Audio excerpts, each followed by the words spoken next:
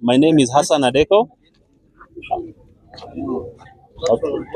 Okay, a human rights defender working in the Smart Ladies Women Group in Nakuru. So, to the members of Parliament, we call upon legislators to enact and strengthen laws that protect women from domestic violence and femicide. The penalties for such crimes should be severe to act as a deterrent. To the religious leaders, your silence in the wake of such moral depravity is complacent. You are a moral authority that is supposed to hold people accountable. Your voice influence and amplify the call for justice, change, and ensure protection of the women of Kenya. You can do better. A. Strengthen domestic violence law that specifically address domestic violence, ensuring that victims are protected and that perpetrators face severe consequences. B. Introduce legislation allowing for the safe issuance of emergency protective orders to protect the victims of domestic violence and providing them with immediate legal safeguards. C. Members of both houses of parliament must push for legislation that significantly increases penalties for femicide. This will send a clear message that such crime will not be tolerated and justice will be swift and severe. To the judiciary, we demand the fast tracking of femicide cases by implementing measures to expedite femicide cases through the legal system. These include addressing delays, ensuring witness protection, and upholding those responsible accountable in a timely manner. Further, we call upon Kenyans to do the following in support the urgent quest to end femicide. Demand justice for all victims. Anne, Maina, Laura Kaswera, Starlet Wahu, Rita Waeni, Grace Wanjiro, and the countless unnamed victims demand justice. We demand an end to the culture of impunity, regardless of the perpetrator's status. Dismantle the system. The systematic failure that allows femicide to persist must be dismantled.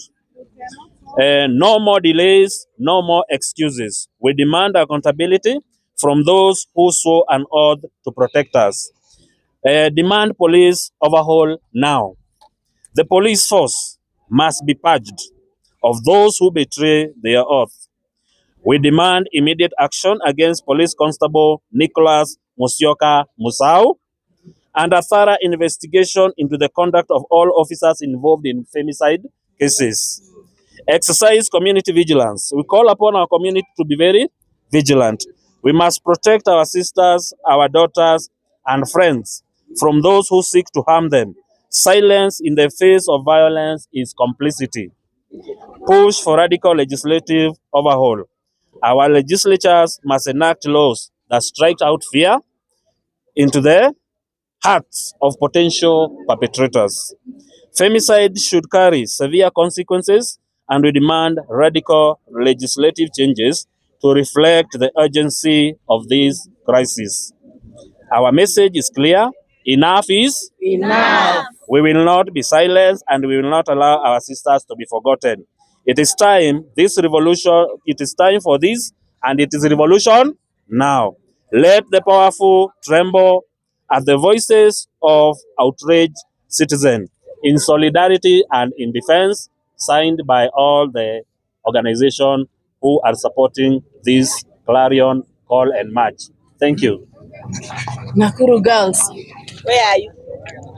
Kwa majina naitwa Martin Lunalo, nikiwa mwanaharakati wa hapa Nakuru, na leo ni sikukuu kwetu, especially kuhakikisha kwamba we are against the femicide that is happening in this country, and we are calling upon the leadership. You've heard the statement, and the statement is very clear that what we want to see happening is that we don't want to see any bloodshed from any women in this country.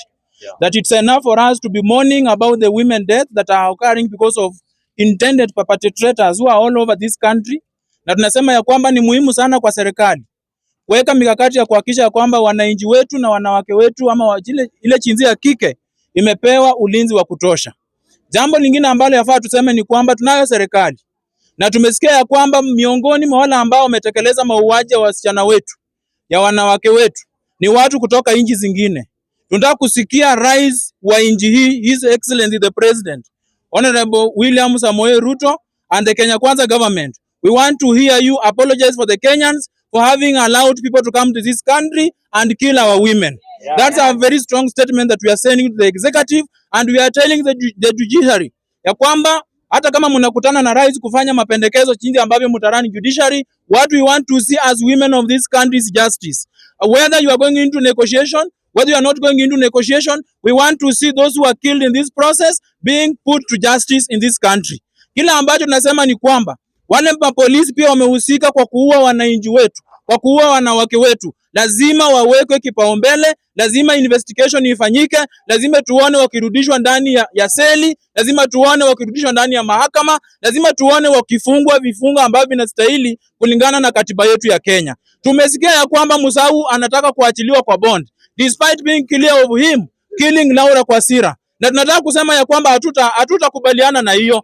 Vile ambavyo Interior Cabinet Secretary amesema ya kwamba wale ambao waliuana kule Shakahola hata wakitolewa leo watashikwa kesho. We want to hear the same statements coming from him, by him assuring the country that if those people have been perpetrators in this matter, even if the courts are going to release them, we want to see the police capturing back to the cells. Na wasipofanya hivyo, then we'll say that the police is part and parcel of this cartel. His Excellency the President, I'm repeating on you. If we are going to have a visa-free country and all we are getting is perpetrators from Nigeria or from whichever country that are coming here to kill our women, then we are saying that we are short of women. We don't want our women to be killed anymore. So if you have any other thing you want to do with Nigeria or any other country that is carrying the perpetrators to kill our people, then we are saying as people are not going to be comfortable. This county known as Nakuru, I'm so ashamed to have not seen any women leader, despite having Nakuru girls. Instead of coming to defend our women, they are there fighting for political positions. Kila ambacho tunasema ni kwamba Honorable Susan Nikihika, where are you? Honorable Tabitha Karanja, where are you? Honorable Martha, where are you?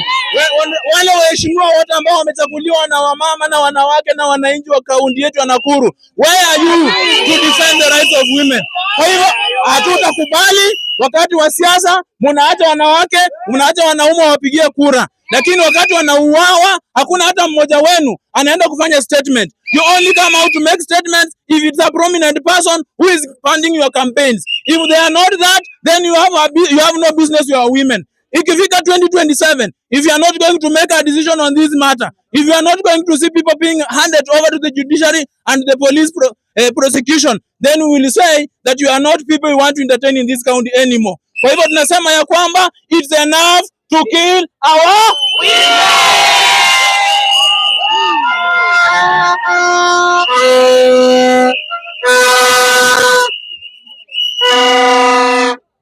Martin, one question. Don't you think the society as well should be blamed? Or maybe I love this question because I love us. Don't you think also the society has moved the relationships to transactions?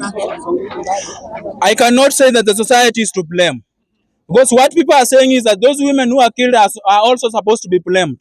We are saying that anybody who is killed, that is injustice.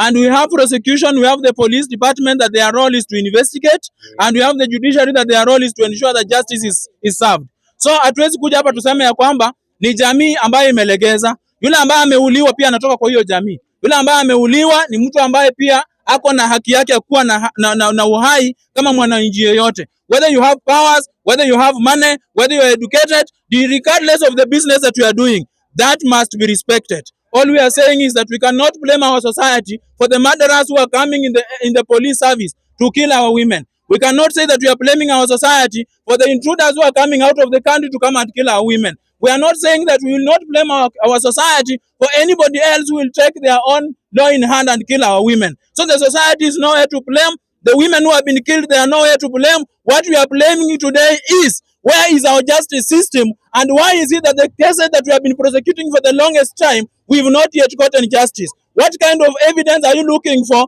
If evidence is all over the faces of the public, if evidence is all over the faces of the CCTVs, if evidence is all over, in whichever jurisdiction that you want to get. So the police, kindly do your work. The prosecution, kindly do your work. The judiciary, kindly do your work. President, stop people from coming to this country to kill our people. Parliament, we want legislation that will make sure that our women are safe. Mambo ya gender-based violence in this country is being perpetrated because we have people in the National Assembly, we have people in the Senate, we have people in the county assemblies who do not think of the welfare of the women of this country. So we cannot blame any women, we cannot blame anybody. What we are blaming are the perpetrators who are doing these killings.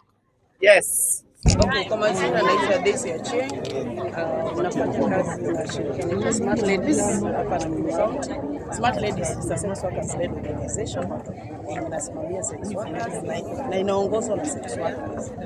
Yangu ni kusema tu, siwezi penda turudi pale nyuma mahali like 2015 tulikuwa na vyombo vya habari hivi na tuliweza kupoteza miili nyingi za warembo. Tulipoteza more than 12 ladies kwa mysterious death. Wengine waliskiniwa, wengine private parts zao zikapotea, wengine makucha na kila kitu. Hatuwezi penda kurudi kwa mambo kama hayo because sasa tunalia, hatujui who is next and what is going on. Kwa sheria inasema hata kama nimekosea mtu sifai kuuawa. So tunashangaa why foreigners wanakuja Kenya kuua warembo wetu. Na ni nini inaendelea katika hii Kenya yetu?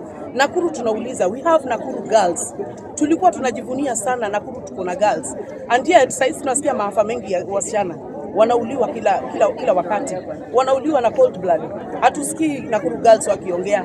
Kwani it's no longer Nakuru girls ama? So ningependa hao warembo wetu wenye tuliwachagua kwa viti waongee kitu na watusimamie kwa vile tuliwachagua tukiwa na imani. Watusimamie tupate justice. Manake tunasikia tu perpetrator askari mwenye aliua kina Laura anataka kupewa custody. Na hiyo are we going to be safe? Akipewa custody. Are we going to be safe here in Nakuru? Kwa sababu hatujui nini waliulizana. Hakuna kitu yote inasema ati mtu akikosea mwingine anauawa. Hiyo tumekataa. Tuna huzuni sana na hatutaki kurudi kwa ile mama hapa ya zamani. Hatutaki kurudi kwa maandamano kila saa. Tumechoka na tunataka kufanya biashara zetu na amani. Tunataka kufanya biashara zetu na peace kama kawaida. Maana tunaona imefika miaka fulani ikifika watu wanaanza kuuliwa ovyo ovyo. Hiyo tumekataa na tunaikemea kabisa. These aren't just statistics. These are stolen dreams, silenced voices of our mothers, sisters and children, and shattered futures of our sisters. The recent murders, including those committed by a police officer, Police Constable Nicholas Musyoka Musau, exposes the rot not only within the greater society, but also within our law enforcement system. Anne Maina and Laura Kaswira, innocent lives extinguished because a police officer felt inconvenienced by a bill. This is not just a betrayal of trust, it is a betrayal of the very essence of justice that these officers are sworn to uphold. Our demands are as follows: to the government officials, including the Cabinet Secretary for Interior, the Director of Public Prosecution, and the Inspector General of Police. We issue a demand, not a request, immediate action of resignation. We refuse to accept half-hearted promises and empty condolences. The time for platitudes has passed. Our demands are non-negotiable. We call upon the following government officials to address the crisis. To the Cabinet Secretary for Interior and Coordination of National Government, we demand an immediate review and enhancement of the policies and resources allocated to combat femicide. The ministry must prioritize the safety and protection of women. Director of Public Prosecution, we urge the Office of the Director of Public Prosecutions to expedite the investigations and prosecutions of femicide cases. Justice delayed is justice denied, and the families of victims deserves closure. To the Inspector General of Police, law enforcement must be proactive in preventing femicide, investigating cases promptly, and ensuring the safety of potential victims. Specialized training on handling of domestic violence cases is imperative. We call upon the full polycare to be well-resourced, proactive and intended at addressing cases of gender-based violence promptly and professionally, and to live up to its core mandate, being a victim-centered, one-stop center service provider. Conduct a thorough investigation into the conduct of all officers involved in femicide cases. The police must be a service for justice, not just a source of terror. Okay. Beatrix. I'm Beatrix Aruse, a human rights defender in Nakuru County.